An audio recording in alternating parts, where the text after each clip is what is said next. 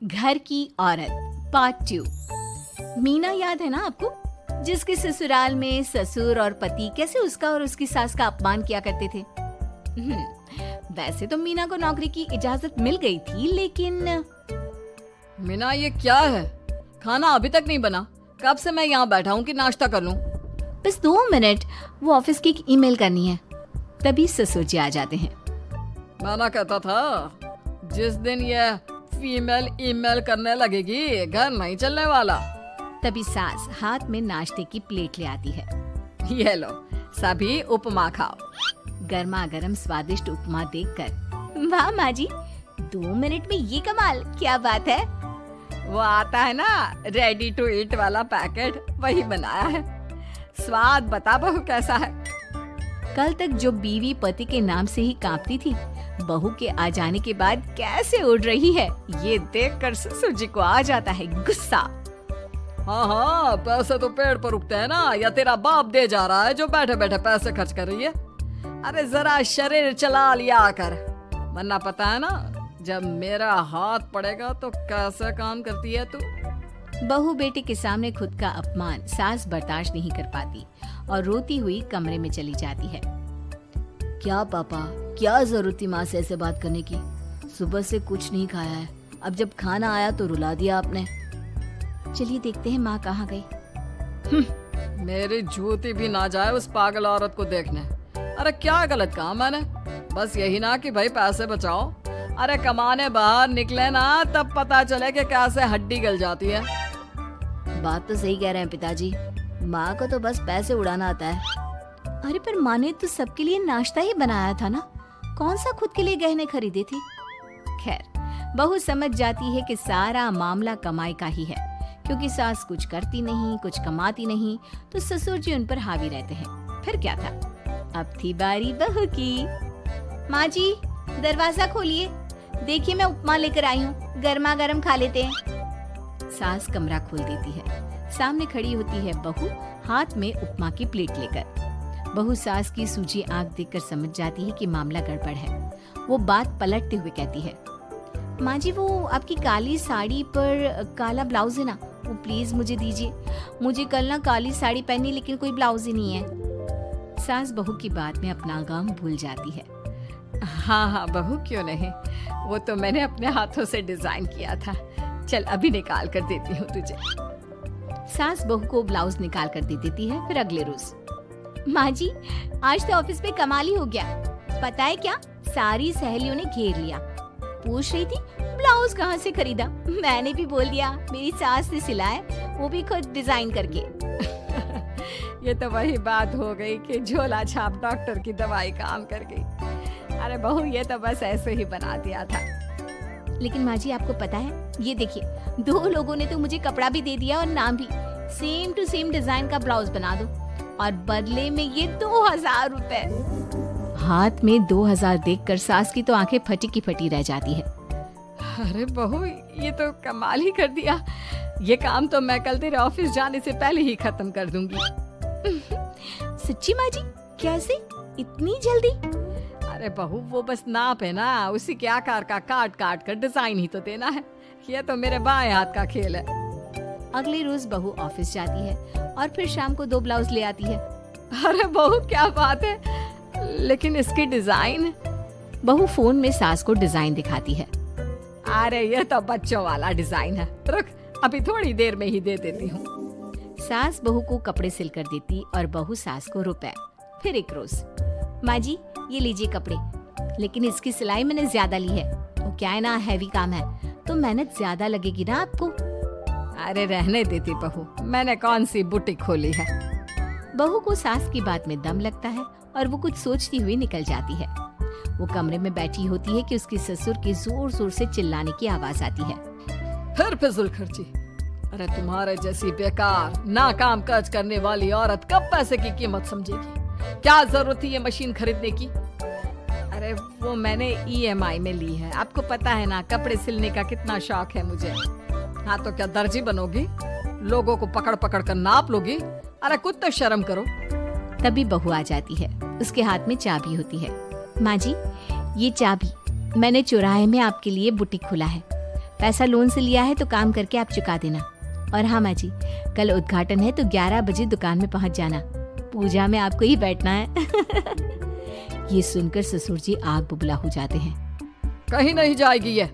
इस घर की औरतें बाहर नहीं निकलती। तू तो इंजीनियर है इसलिए तुझे इजाजत दे दी, लेकिन ये तेरी सास 4 अक्षर नहीं आते इसको। अरे रहने दे, क्यों पैसा बर्बाद करवा रही है। सास को डांटने की आदत ससुर जी को जो लग चुकी थी, सास बहू की ओर देखती है। तो माँ जी कल वक्त से तैयार रहना।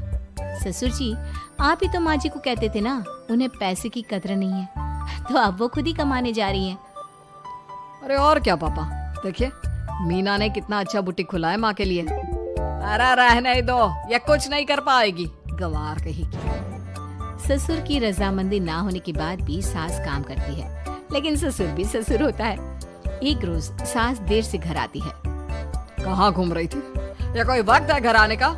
घर का ठेका क्या आप मर्द लेंगे? अब लगोगी रसोई में, क्योंकि तुम्हारी बहू रानी भी नहीं आई अभी तक। पापा आज बाहर से ही मंगवा लेते हैं। आज बहुत ज्यादा काम था, किसी की शादी का पूरा कपड़ा सिलना था। कल उन लोगों की ट्रेन थी, खुद बैठकर काम करवा कर गए हैं। बहू ये पैसे हैं आज के गल्ले के, जरा संभाल ले। ससुर देख रहा होता है कि कैसे कल तक जिस औरत को वो बुरा भला कहकर डरा कर रखता था, वो आज उससे ज्यादा कमा रही है। देखते हैं कितना दिन कमाती है। ससुर अब रोज कोई ना कोई ऐसा काम करता है जिससे सास का काम बंद हो जाए। फिर एक दिन, हे भगवान 10 बज गया, बुटीक खोलने का वक्त हो गया है, लेकिन ये मेरी साड़ी, इस पर ये क्या गिर गया, पता नहीं किसने क्या डाल दिया, अब क्या करूं। सास दोबारा अलमारी से दूसरी साड़ी निकालती है, फिर उसे प्रेस करती है और किसी तरह बुटीक पहुंचती है जहां पहले से ही कस्टमर खड़े होते हैं। अरे क्या हो गया? लगता है काम चल गया तो मैडम के भाव बढ़ गए। पता है इस धूप में पिछले आधे घंटे से खड़े हैं, पता होता तो वो बगल वाली शॉप में ही दे देते। अरे अरे माफ करिएगा, वो क्या हुआ ना, तैयार होकर निकल ही रही थी कि साड़ी में सॉस गिर गया। दोबारा साड़ी चेंज की तो आप आई। ठीक है, लेकिन अब आ गई है तो जरा जल्दी से कपड़े दे दो, हमें जाना है। सास को कस्टमर की बात बुरी लगती है, लेकिन क्या करती, वो जल्दी से सभी को सारा सामान देकर विदा करती है। सारा दिन काम करती है। वो निकल ही रही थी कि एक कस्टमर आती है। जी वो मेरी साड़ी है ना शादी की, उसका लहंगा बनवाना है। हाँ हाँ क्यों नहीं, बनवा लो। शादी की साड़ी के साथ इमोशंस जुड़े होते हैं। बिल्कुल सही बोला आपने। परसों मेरी शादी की सालगिरह है, तो जरा बना देना। अरे नहीं, इतनी जल्दी कहाँ तैयार होता है शादी का लहंगा, कम से कम 4 दिन तो। देखिए आप 2 दिनों में जितना कमाती है ना, वो मैं आपको 1 दिन में दे दूंगी। बस मेरी ये शादी की साड़ी का लहंगा बना दीजिए। सास को भी अब पैसे की लालच आ जाती है। वो सोचती है कि वैसे भी कोई अर्जेंट काम नहीं है तो वो मैनेज कर लेगी। अब ठीक है, नाप दे दीजिए। औरत नाप देकर वहाँ से चली जाती है। सास सोचती है कि घर जाकर रात में काम करेगी। ये सोचकर वो उस औरत की शादी की साड़ी घर ले आती है। वाह, अब काम घर पर भी ले आ रही हो। हाँ लेकिन घबराइए नहीं, घर के काम में कोई असर नहीं होगा। सास घर का काम करती है, बहू के साथ खाना बनाती है, खिलाती है, और फिर क्या बात है सासू माँ, बड़ी जल्दी जल्दी काम कर रही हैं आज। सास बहू को सारी बात बताती है। क्यों माँ जी, इतनी भी क्या मेहनत करना। अरे बात सिर्फ पैसे की नहीं है, बल्कि उस बेचारी औरत की इमोशंस की भी थी। ये उसकी शादी की साड़ी है ना। ससुर पास खड़ा सब सुन रहा था। अब देखो, बहुत काम करने का शौक है ना, कैसे भरे बाजार तुम्हारी दुकान खुद तुम बंद करोगे। जब सास पूरी रात काम करके सुबह लेटती है, मौका देखकर ससुर कैंची से साड़ी को काट देता है। अगली सुबह, चलो कल आधा लहंगा सिला था, आज पूरा करके शाम को ही उसे उसका लहंगा सौंप दूंगी। लेकिन ये क्या, सास जैसे ही लहंगा उठाती है, लहंगा तो फटा होता है। वहीं ससुर छुप कर सास को देख रहा था। हाय रे, ये किसने किया? ससुर छुप कर हंस रहा था। बहू देख लेती है और ससुर के पास जाती है।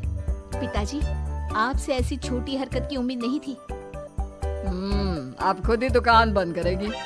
ससुर वहाँ से चला जाता है। सास भी वहाँ आ जाती है। वो समझ जाती है कि उसके पति ने ही साड़ी पर कैंची चलाई है। लेकिन फिर शाम को, जी वो मेरा लहंगा तैयार हो गया? हाँ जी, मैं तो कहती हूँ कि आप एक बार लहंगा पहन कर भी देख ले। औरत लहंगा पहन कर आती है और खूब खुश हो जाती है। अरे ये लहंगा है ना अंकल जी कमाल का, आंटी जी ने बनाया है, बिल्कुल लेटेस्ट डिजाइन। औरत सास को ढेर सारे पैसे देकर चली जाती है। लेकिन मैंने तो ये औरतों का फैशन है, कहीं से सिल दो या कहीं से काट दो, फैशन ही होता है। चलिए शाम का खाना मेरी तरफ से, आज आपका जन्मदिन है ना, रिटर्न गिफ्ट तो बनता ही है।